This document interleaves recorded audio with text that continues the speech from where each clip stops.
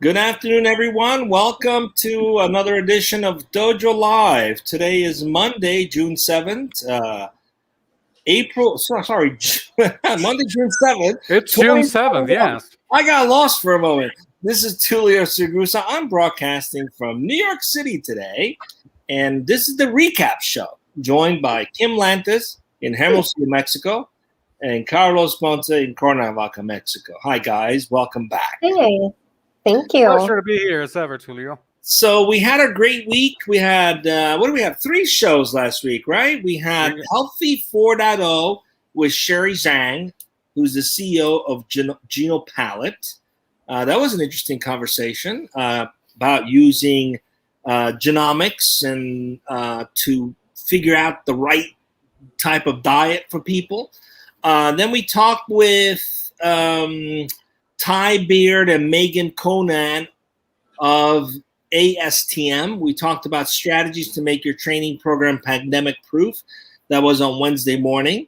And finally, Wednesday afternoon, we spoke with Uri Maoz, who's the Chief Revenue Officer at Upsolver, about data lakes, specifically the challenges and best practices for creating widespread adoption for making better use of data. All great, interesting conversation. I'm going to kick it off with the one with Uri because I thought it was interesting about the challenges that after so many years companies still have in making use of data. And technology has advanced to the point where it's easily accessible. The bigger companies create these data lakes, which allows them to dump massive amounts of data that's not necessarily structured. But then you need tools to extract that data, make sense of it, turn it into actionable insights. And what these guys are doing is providing a technology and a tool that enables those data practitioners to get access to that information and enhance it in such a way that's more usable. So it's making it easier to extract the information and make use of it. So it's still interesting how incredibly complex that world is and how many players are in it, how many options are in it. And you literally need like a consultant to help you figure it out because there's not a one-size-fits-all. Depending on the size of the company and the complexity of your data and how often things move, you've got to find the right solution. But it sounds as though Upsolver has at least made it easier for organizations that have already invested in data lakes to extract and make sense of the data. Which one did you guys like the most? Well, in my case, definitely by all means, by far, the one with Sherry Zhang from Genopalate. And because I couldn't help it, right? Because I myself, I'm going through that phase of being under a very specific nutrition program that needs to be done this, and this way. It's tailor-made for me.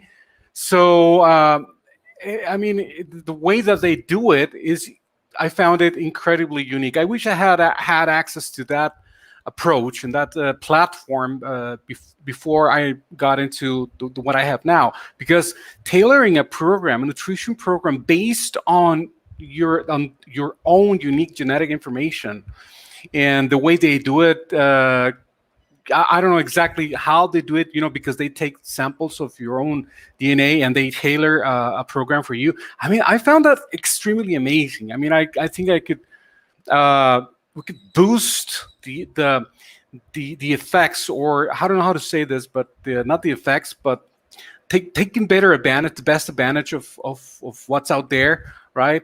And just make it work for you. And not only that, but also obtaining. This is something that I thought during the conversation, like obtaining the sufficient data from those programs and approach in order to maybe collaborate with health authorities in the future. I don't know. I just thought it was fascinating. Okay, so that's definitely the one I would remember the most from all the 3 of them. The ones that took place on last week's DojoLIVE. Yeah, it's pretty amazing. I remember I worked with this guy many years ago who was like, you have to change your relationship with food. It's just a way to feed the temple. You can't have feeling, emotional attachment. And I was like, that's really hard to do. But when I adopted that, I was in the best shape of my life. And now I didn't gain the pandemic 15. It was more like the pandemic 40. So I might actually sign up for that program because I need it. I need to make some changes. So what about you, Kim? What Will came do. to you? Which one of these three shows resonated with you? Yeah, I think the two that you both mentioned, more than anything than the particular show, what's resonating with me is this thread that's going through all three shows from last week, as well as most of the shows that we've had recently, and that is accessibility. I'm really loving how technology is just making everything more accessible, right? And it's fascinating to me. We have something that used to be, the fact that we can scan our own genome and find these identifiers at a relatively, accessible economic, first of all, that the technology exists and that anybody can have access to that. The idea that we are making big data accessible to both large and small companies so that they can make use of that.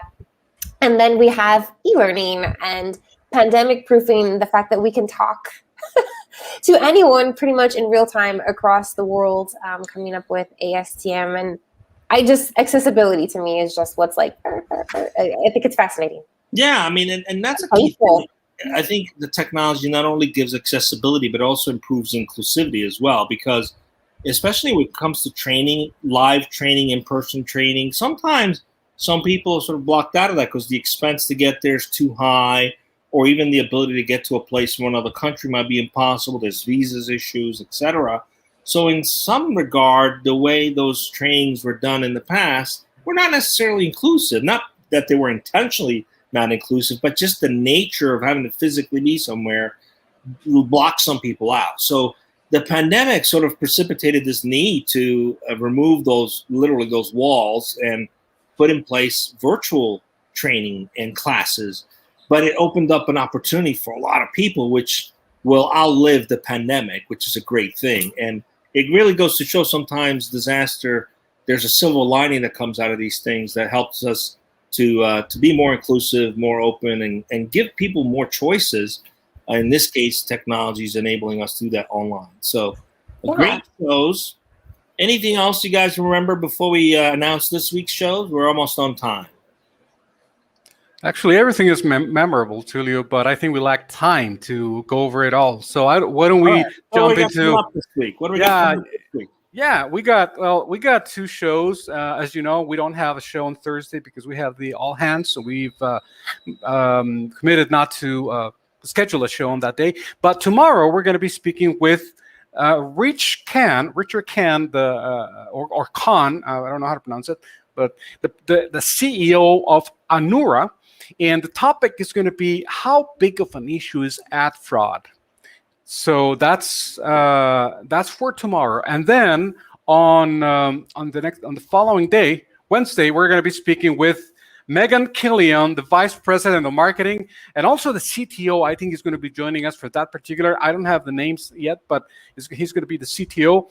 And the topic is uniting audiences through emerging video technology, and the company is Cachefly. And actually, this is a revisit because Cachefly was with us, so we're revisiting, and they're rejoining us again for new updated topics on the space. So that's what we have Tuesday and Wednesday, right here on Dojo Live. We look forward to it. And on a more personal note, we want to welcome back one of our team members who just recovered from COVID, Harish. Welcome back, and we want to wish a lot of luck to one of our team member who just got yeah. That's a bummer. Please beat that thing fast and come back to us.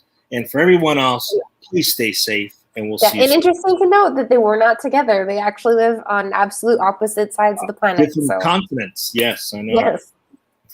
Stay safe, everyone. See you soon. See you soon. Thank you, everyone.